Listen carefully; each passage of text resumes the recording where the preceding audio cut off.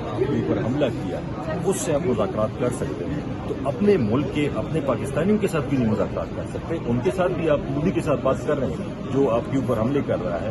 تو یہ جو پولیٹیکل پارٹیز ہیں یہ بھی پاکستانی ہیں، اس ملک کے شہری ہیں، ان کو سپورٹ ہے عوام کی، ان کے ساتھ بھی ضرور بات چیت بھی ہونی چاہیے اور ان کو شامل بھی کرنا چاہیے. تو عاطف خان صاحب آپ کیا سمجھتے ہیں کہ دیکھیں یہ تو حکومت کی اپنی ایک سوچ کی، شاید بچوں والی سوچ ہے ان کی، کہ میں تو یہی کہتا ہوں کہ اگر ساری ملک نے، سارے قوم نے آپ کے ساتھ اکٹھے ہوئے اور جنگ تو ختم ہو گئی، الحمدللہ ہم جیت گئے، پاکستان کو برتری ہوئی، بھارت ذلیل ہوا، لیکن پاکستان کے مسئلے تو اپنی جگہ ہیں. انسٹیبلٹی ہے، پولیٹیکل اکانومی ٹھیک نہیں ہے، لا اینڈ آرڈر ٹھیک نہیں ہے.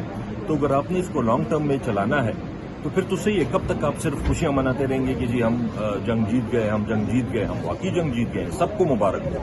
لیکن اس سے آگے بھی کچھ سوچنا ہے، اس سے آگے بھی کچھ کرنا ہے. اگر ملک کو آپ نے آگے لے کے جانا ہے تب تک پولیٹیکل سٹیبلٹی نہیں آئے گی جب ساروں کو آپ بٹھا کے ان کے اعتراضات دور نہیں کریں گے. اس وقت تک اکانومی بہتر نہیں ہوگی، انویسٹمنٹ نہیں آئے گی، ٹیکسز کلیکٹ نہیں ہوں گے، ملک میں مہنگائی کم نہیں ہوگی.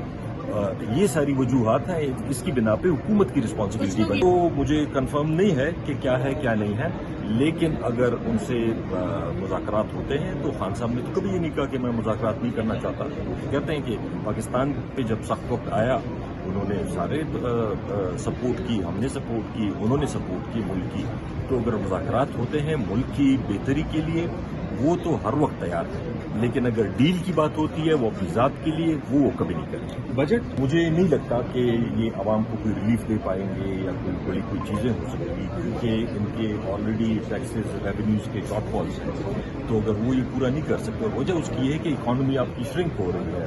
پاکستان سے کاروباری لوگ باہر جا رہے ہیں، کوئی دبئی جا رہا ہے، کوئی امریکہ جا رہا ہے، کوئی یورپ جا رہا ہے. تو اگر یہاں کے لوکل لوگ انویسٹمنٹ نہیں کر رہے ہیں، وہ باہر جا رہے ہیں، تو باہر سے کیسے انویسٹمنٹ آئے گی؟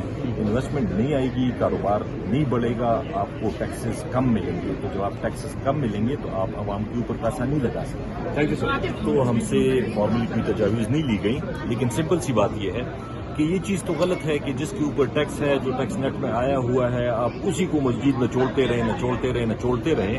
حد ہوتی ہے ہر ایک چیز کی.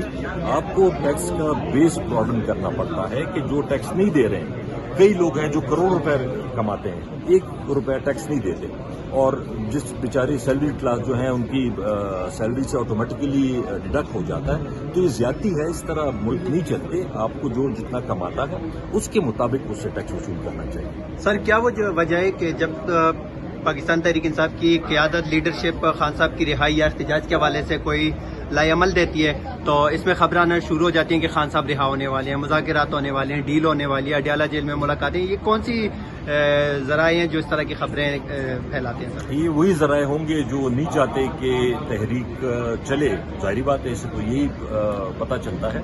لیکن میں دوبارہ یہ چیز کلیئر کر دیتا ہوں کہ خان صاحب نے مذاکرات سے کبھی انکار نہیں کیا.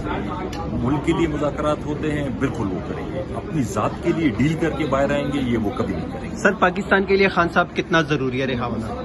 دیکھیے، پولیٹیکل سٹیبلٹی کے لیے اس وقت آپ دیکھ رہے ہیں کہ پولیٹیکل سٹیبلٹی اس وقت جو میکسیمم سپورٹ ہے کسی لیڈر کی وہ عمران خان کی ہے. اگر اسی کو آپ نے جیل میں بند کیا ہوا ہے، اسی کے ساتھ آپ یہ کر رہے ہیں، تو پولیٹیکل سٹیبلٹی کس طرح آئے گی؟ پولیٹیکل سٹیبلٹی نہیں آئے گی تو آپ کی انویسٹمنٹ نہیں آئے گی، آپ کے ملک میں ٹیکسز اکٹھے نہیں ہوں گے، اکانومی نہیں چلے گی. تو پاکستان کے لیے تو عمران خان ضروری ہے اس وقت، کیونکہ وہ سب سے بڑی پولیٹیکل پارٹی کا لیڈر ہے. تو جب تک آپ ملک میں اسٹیبلٹی نہیں لاتے تو اس وقت تک آپ کیسے توقع کر سکتے ہیں کہ ملک ترقی کرے گا یا ٹھیک ہو جائے گا؟ عاطف خان صاحب جنگ جیتنے کے بعد کیا حکومت کو قبولیت تو نہیں مل رہی، کیونکہ مقبولیت تو خان صاحب کے پاس ہے؟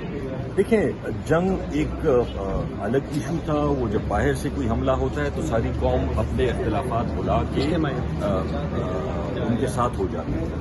لیکن میں تو یہی بار بار کہہ رہا ہوں کہ جنگ تو ہم جیت گئے، لیکن پاکستان کے مسئلے تو حل نہیں ہوئے. اب یہ رسپانسبلٹی حکومت کی بنتی ہے کہ وہ ان حالات کو ٹھیک کرے، پولیٹیکل پرزنرز کو رہا کرے، جو ان کے ہمارے سب کے اعتراضات ہیں ان کو دور کرے.